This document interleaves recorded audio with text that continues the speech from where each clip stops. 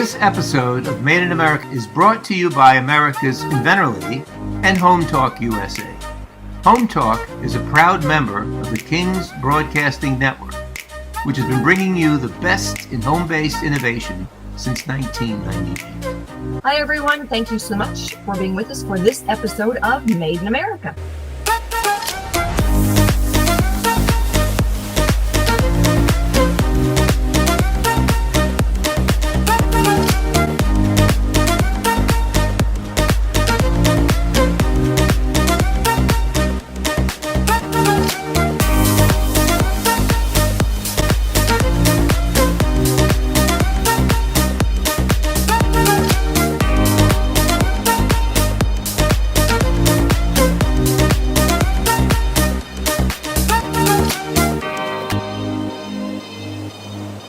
This segment is brought to you by the law offices of R.P. Baraska.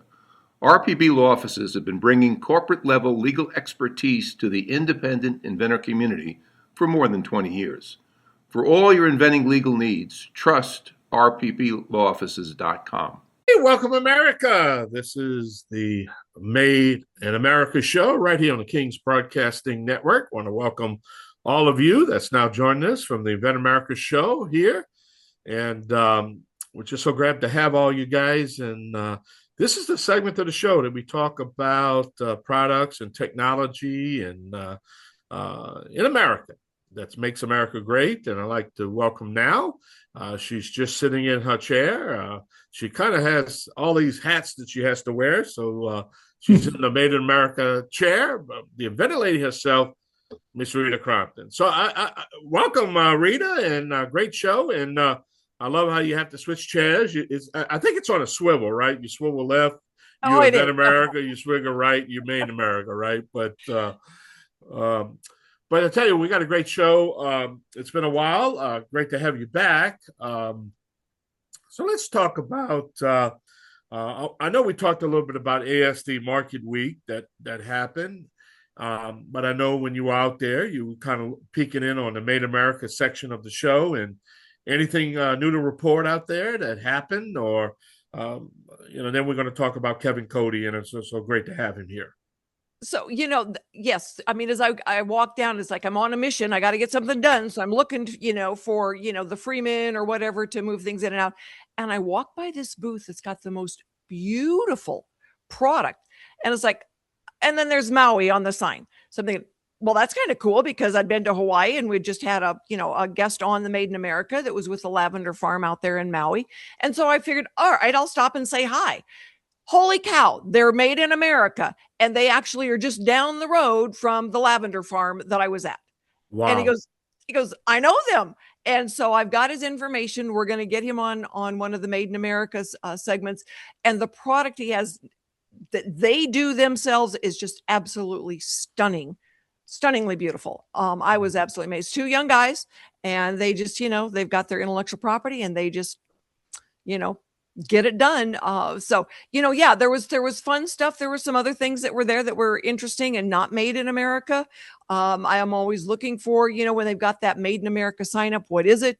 What do they have? And there's a lot of things that are made in America, and it's really refreshing to see that coming back. What's refreshing right now is that the tariff situation has leveled off a little bit, and now everybody's past the panic stage, and now we can all settle down to support American companies. And you can see the trend happening more and more, where these American companies are finally starting to come back home.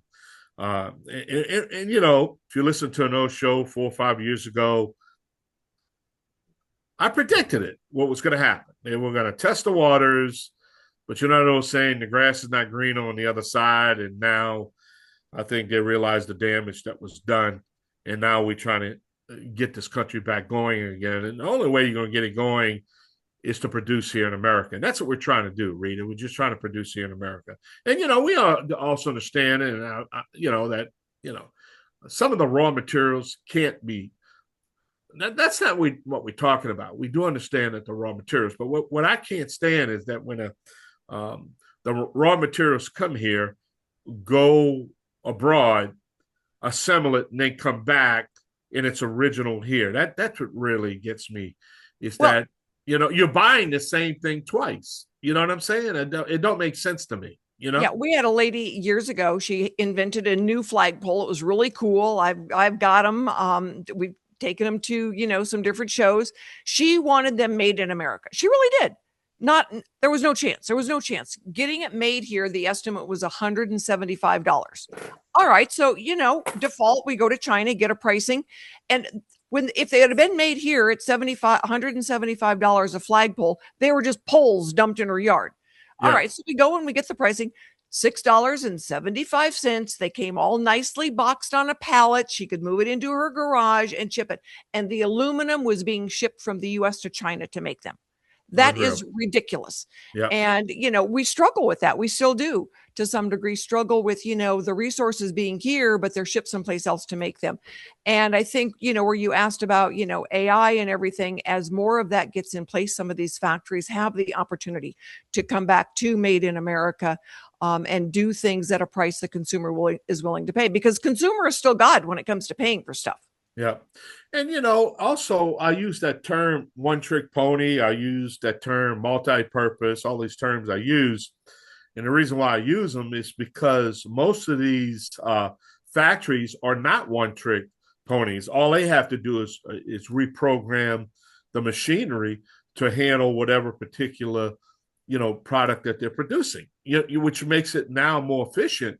Because let's face it, the AI and the technology that we're doing is state of the art here back in the United States, because of the amount of investment that these companies are making to technology. Does that make sense? Oh, it does. And, we had a conversation here one time. It's like, well, all of this AI is going to put people out of business. And I go, telephones put people out of business, because you used to have all of these people employed as telephone operators. And when we got telephones, then all right, on every wall, and it became more, technically savvy, all right, all these people were out of business. It's happened over and over through the decades that new technology comes along, people move on because they've got to do something else. But the interesting thing about that is it's circling back around that now there's a shortage of electricians and plumbers and mechanics. And so these businesses, these jobs that had been lost at one point now are circling back around, because you don't want AI doing your plumbing. And you don't want AI doing your electric unless you plan to blow up.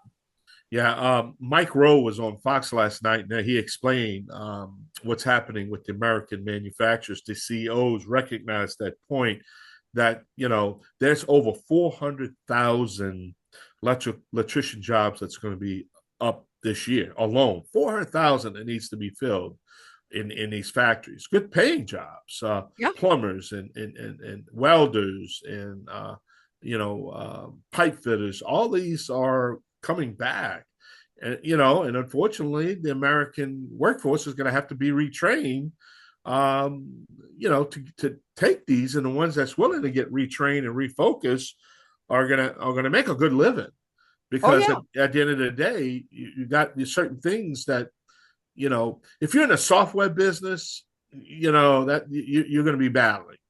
Yeah. But if you're a blue collar guy, jobs are going to be here. You understand? Oh yeah. When I've got to call an electrician or a plumber to come out, I pay them a lot of money to make sure I'm not going to die. And so, you've got to be able to figure out what's important. And those guys that do those jobs, they are valuable. Yeah. And I don't know if you knew, but I have a scholarship program with our local Delgado High School and Delgado University here, local junior college here. I have a scholarship program that I've been doing. It's in my name. I do a fundraiser every year for it. And the biggest mistake I made, not because I'm trying to press anybody that I have a scholarship in my name, but what I'm trying to say is the mistake I made is, I gave out the scholarship, but the thing is, I have to now put some stipulations on the scholarship that I don't want to make sure we give them a degree that they ain't going to get a job on. You understand what I'm saying? It has to be something that they can get a job, because no use to having a degree if you can't get a job. That's right. That's Yeah. right. Things have changed, Yeah. and they always Things have will. changed. That Yeah. is one of the reasons why inventing is important, Made America is important, Yeah. because life changes. And if you Yeah. don't go along with it, they leave you behind because they're still going to change. Yeah. Well, let's talk about Kevin. I'm excited to have him on. Let's just give him a couple 30 seconds, and then we're going to get him on right after the break. So, what Kevin's been doing, and what can we expect from him? Well, Kevin's got a history working in products, All right. and but the cool thing now is a lot of the products that he represents, that he sells, are made in America, and hence the Wow. reason why he's on Made in America.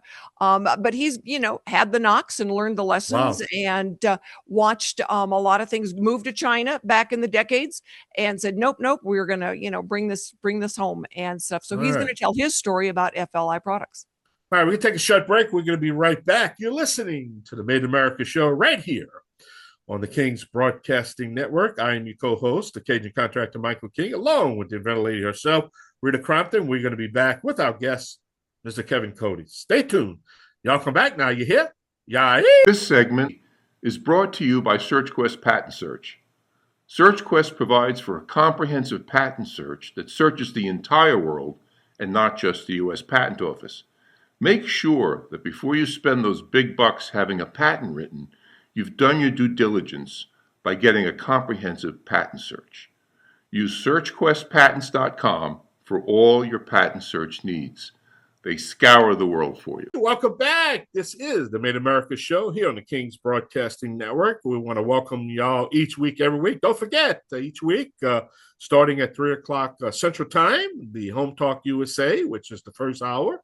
Then we have the Inventor America, the second hour, and Made in America, the third hour. So if you're catching us between 3 o'clock and 6 o'clock on a Saturday evening, we're live. But if you catch us any other time, it's been rebroadcast or re-recorded or podcast or restreamed or whatever how you want to call it. But Rita, I tell you, I can't wait to talk to our next guest, but we have to pay some bills. So who's going to sponsor this show this hour? This segment is brought to you by Product Quick Start and Noah McNeely. Product Quick Start has been specializing in prototyping and manufacturing needs for inventors for decades. And I've had inventors tell me that they think he walks on water. I'm not really sure he belongs in that category, but he is a superhero when it comes to inventing. And my guest then is Kevin Cody. And we kind of did a little bit of an introduction in the last segment about Kevin. I've known Kevin for a few years now, and he helps people sell. So Kevin, thanks for being with us.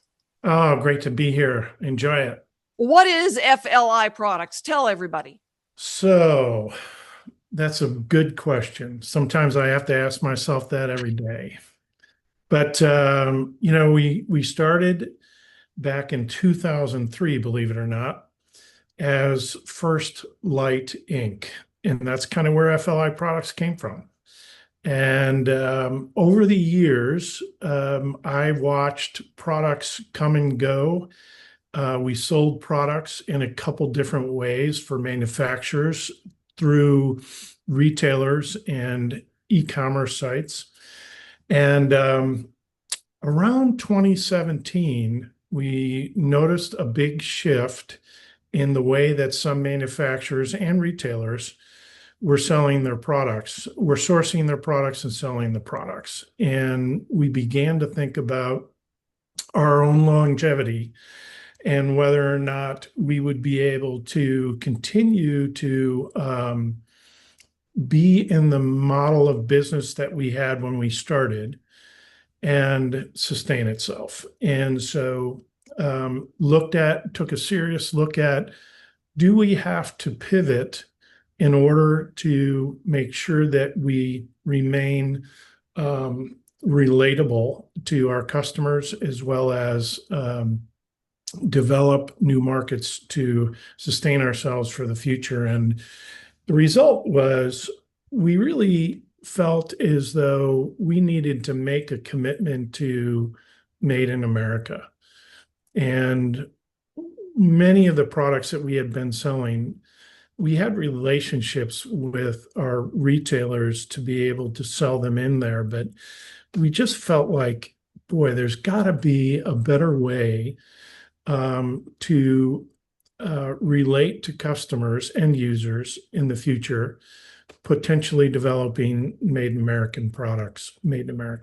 And so we just started on that journey, and slowly but surely over the last 9 years, we have migrated from largely made in China to 80% made in America. And we're excited about the things that are going to come in the future and how we're going to get there. And it's going to require another pivot or two, but we are confident that there's an awful lot of opportunity there too. So that's what FLI Products is all about, really. Well, and when you talk about pivoting, everybody's got to pivot from time to time. Yep. Things change, technology changes, economy changes, people's desires and needs change. And so if you're not changing along with it, you get left behind. Yeah, in a lot of ways, it's like rebranding. Every brand that's been sustainable has had to come to a point at some point in their history to say, what do we have to do different? How are we going to continue relating to customers as generations change? And that's kind of how we felt.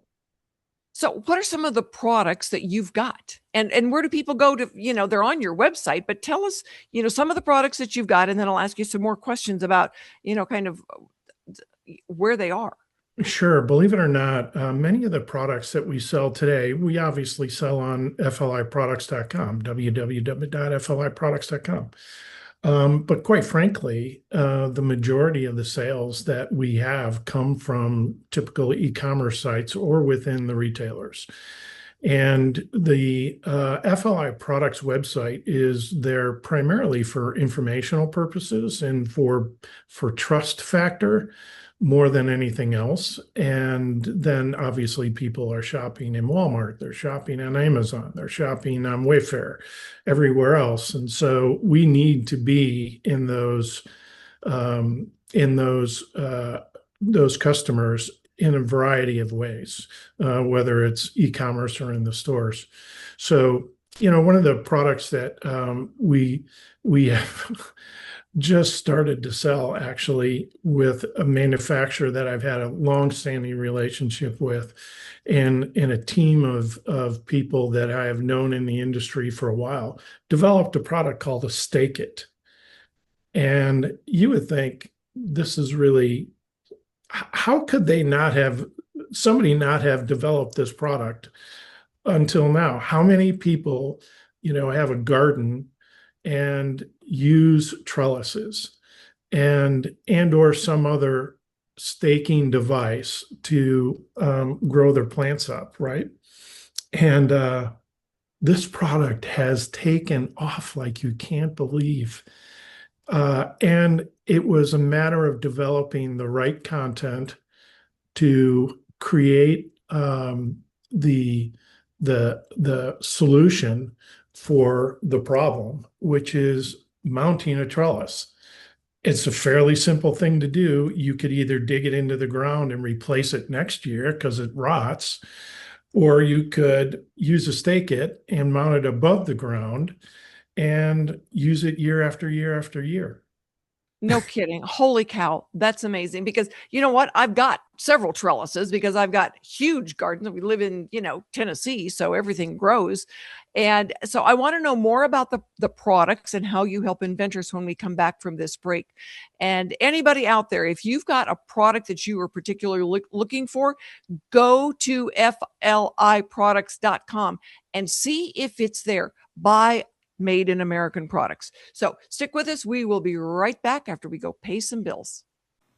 If you're an inventor or an inventor out there who would just like to be able to have a conversation with other inventors, join the Inventors Roundtable. It's free. The meetings are virtual, so you can be anywhere in America and talk to another inventor. And for a lot of folks out there, understanding the process, being able to ask questions, getting good service provider information is critical to the inventing process. So, got questions? Want to join? It's free. InventorsRoundtable.org. And thank you so much for being with us for this segment of Made in America, where we love to specialize in products that are made in America. And this segment is brought to you by TrueView. It is the only accurate 3D real-time imaging for a blind spot when you are driving. And it is easy to install, easy to use, and you can get yours at cargocatch.com. So my guest right now is Kevin Cody with FLI Products. And Kevin, how do you work with inventors? Because a lot of the products you've got there, they were done by inventors, and they want some help getting their product out there into the marketplace. That's a great question. While we're talking about garden, we can just kind of stay on that topic in product. But one of the manufacturers of a product we sell today called Tomato Crater. It's just a round disc that fits around the base of a plant and lets you irrigate the plant to the root system, and also catches it catches the water, but then it prevents bugs and warms the soil underneath the plant and keeps the roots warm. So it helps grow the plant faster, right? And gets you better yield. Company had been around for a lot of years and just not making any real traction, and was made by a small manufacturer in northern Minnesota called Darter Plastics. I think you've met Jason maybe, but Darter Plastics is just a small injection mold company. And Tomato Crater was originally conceived by an inventor who decided that he just kind of wanted to retire. He was in his mid-70s and said, I'm done, and gave the product back to Darter Plastics. And at the same time, I happened to be working with Darter Plastics on another product and was working through a truck driver who was developing products for truck driving, right? And one thing led to another, and Jason said to me, hey, would you be able to do what you're doing for Fred on the truck driving products and sell this Tomato Crater so we don't have to mothball the mold? So I did. We sort of reinvented the Tomato Crater, repackaged it, made a presentation to several different retailers, found out what we weren't saying right and what we were saying right, and then had an opportunity to bring it in front of Walmart at their Made in America event. And we won the golden ticket. Good. The buyer said, this is the first golden ticket I've ever given to a company, and you're it. So we've taken that product, the Tomato Crater, and it's now being sold in Walmart. Good for you. Congratulations. It was just so confirming to know that a small manufacturer in Minnesota could go and do business with a big company like Walmart.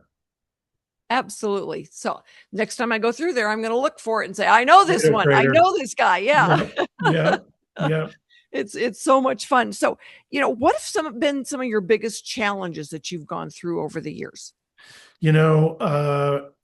Sourcing is really important for any inventor, and making sure that you match up who your customers are or should be with wherever the product is going to be made. And you need to be realistic about your limitations. Some people don't have the kind of cash flow to be able to support. They're just bootstrapping their business, and they need to have the right manufacturer. That's one of the challenges, is making sure that you align yourself with the right manufacturer to produce the amount of volume that you'll need. You'll need to do that homework in advance, obviously, to know how much you're going to need, but making sure that you have the right sourcing in place, the right distribution strategy in place, to be able to dovetail with the logistics you'll need is really, really important. So matching up and aligning yourself with the right manufacturer. Some guys are big and they're going to not give you the time of day. Some guys are too small and they're just not going to be able to produce enough for what you want to do for your growth. And you need to be realistic about what that growth is going to be, what it could look like. And while it's great to dream, you need to be in a position to scale it when you can, and if needed, scale back down if you can't. Yeah, I think that's one of the biggest challenges that I've seen from inventors in the last, year, is that they get to a certain point and then they hit a plateau, and they either don't have the money to scale it bigger, that their manufacturer can't do it bigger, and so you're exactly right. It's like what we see on a pretty regular basis is that they hit a plateau, and it's really hard to go any further. So when you're looking at someone's product for them, how do you determine yes or no? Usually it is it a good fit for me? We sell several different retailers in different ways, but does the inventor have the ability to see how the product is going to be merchandised? Is it really priced right compared to what the product value is going to shout out on the shelf compared to other products?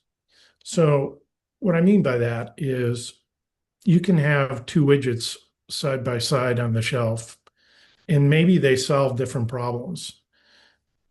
But when the customer is in front of the shelf making the decision about what they're going to buy, they're always going to take into account the value of what's on that shelf in terms of how it's going to accomplish solving their problem. And making sure that the pricing is going to be right is really important. And you have to be realistic about who your competition is to know whether or not that pricing is going to be right. And again, that's standing in front of the product on the shelf and realizing, is the packaging right? Is it speaking to the customer the way that it should be? Is it solving the problem that the customer really perceives? Is it really providing a unique value? All of those things are important and play into the pricing. And so I think the customers knowing the value of the product and you communicating it in a way that they can immediately tell it, you only have a few seconds to make that decision, is really, really important. Yeah, I agree with you. It's like if you can't get them to pick it up, they're certainly not going to pay for it. No. And you've got to have something on that packaging that catches their eye, that lets them know this is at least worth looking at. I know when I was writing murder mysteries, and I would stand down the aisle, and it's like, all right, I would watch people and what they picked up and the color on the cover. Yeah. It made a huge difference. And so we would always look at being in that cover and would say, I don't have $1 million to teach someone that an apple is something that you play with instead of something that you eat. So the words now become very important. Absolutely. That's a fun part of marketing, right? Yep. Is knowing who your customer is, how they think, and AI. You guys were talking about that in earlier segments. AI is such a big help with that. And I think if I were going to college today, I'd probably want to be in psychology, because understanding how the customer asks questions to be able to solve a problem for themselves is the biggest advantage of AI today. Yeah. I mean, we look at the name of a product and then a short tagline. So if it doesn't, sometimes you need more in the name than just a few words, but you need the tagline. So we're going to talk a little bit more about some of the things that you help inventors learn after we come back from this short break. So everybody stick with us. We're going to have Cody back with us for the next segment. And if you know anybody out there that is looking for a product, FLIproducts.com. should be their first shopping spot. Stick with us. We'll be right back after we go and pay some bills. Introducing the amazing new Snoozle. It sprays faster, lasts longer. Ask for Snoozle by name. Thank you so much for being with us for this segment of Made in America. So my guest for this segment is Kevin Cody. Kevin, thank you so much for being with us. And you asked me on the break if I'd heard about a particular product made in America. And I said, no, let's open with that. So you go for it. Tell us all about it. Oh my gosh, Mito Grow. And the owner of the company came to me, and I'm not quite sure exactly how they found me, but I think it was through LinkedIn. But Mito Grow is a biostimulant for plants. It's kind of like plant food, but it actually says that it's a comprehensive plant empowerment. I like that. We've all been to Home Depot, Lowe's, and every other garden store, right, that has half dead plants on the clearance shelf, right? And Bonnie Plants and all these other companies that deliver to these retailers have the challenge of getting the plants onto the retailer's shelves, and whether the retailer actually waters them is a whole nother question. Takes care of them while they're attempting to be sold is another question. But Chad developed this product called Mito Grow that is actually designed to bring products back to life, bring plants back to life. And so if you're like me and you're not really a green thumb, but you like to grow plants, Mito Grow is a really cool product to use. And you can buy stuff at 50 off at Home Depot or Lowe's and bring it back to life and plant it. Or your own lasts longer because you're actually feeding it better. I thought my father was the only one that had the green thumb in the family, but I'm going to, let him know I can do it too. And I'm going to get me some of that and not tell him where it's from. Yeah, and it's made right here. It's made right here. That's wonderful. Yeah, that's wonderful. All right. Well, I'm going to go to FLIproducts.com and get some of my own, and or I could just drive over and get some at your house, right? Yeah, absolutely. Oh shoot! They make them for plants inside and outside, and a variety of other applications. So you can really apply it to your lawn if you wanted to, but it's really designed around plants and trees and shrubs and indoor and outdoor plants. Very cool. Very cool. So, as we are kind of wrapping up this segment of Made in America, what kind of advice do you have for inventors who really want to be able to manufacture in America? I would say, getting back to the original or the comments that I made earlier, it's okay to swing for the fences. It really is. And you should dream big always. But you have to be realistic about your limitations, and you have to understand that going to market with the right manufacturer, the right size, at the right time is really part of the business decision in bringing a product to market. And it's just important to align yourselves with the right companies to do that with at the stage of growth that you're in. And then regularly reassessing, where are you? Where do you want to be? How are you going to get there? And who do you need to be there with? How are you going to surround yourself with the right people that are going to help you get there too? And they're there at every stage. They are. I mean, it's kind of like the advice I give. It's like, you dream in fantasy land, then you've got reality check. And if you blend those together and end in happy land, everybody is happy, right? And make money. Well, yeah. Well, that's part of happy land. Got to put some money in the pocket instead of money always going out. And for some inventors, being able to get that help in the door is what allows them to get the check in. And they say, well, I'm only getting, 5% or 7% of wholesale pricing. And it's like, but when you go to the bank, you take money out. This is a check you actually get to deposit in your name. Yeah. And they go, oh yeah, well there that is a big plus. Yeah, that's a hard thing for a lot of inventors, especially I think young businesses to understand is that when you get the right talent alongside you, it's not going to be cheap. No, and they'll say, well, if I do it myself, I get to keep all the profits. It's like, exactly where are you with that? Mhm. Because that multiple of 5 hits you harder than it does a bigger player. And Mhm. well, what are you talking about? It's like, well, if it's a $20 product, you've got to be able to make it, package it, and insure it and get it here for 4. Mhm. Well, I can't do that. Well, there you go, because the consumer is God when it comes to what they're going to pay. Yep. Yeah. And if it's a $20 product, it's a $20 product. And this is the formula. Well, how did you come up with that? The store bought it for 10. Mm-hmm. And, a distributor, they got it for 5. Yeah. Well, nobody ever told me that. Yes, I did. I just told you right now. And that is the reality check. That is. And everybody's going to make money along the way. Exactly. So, we want to let everybody know FLI Products is where to go to find American-made products.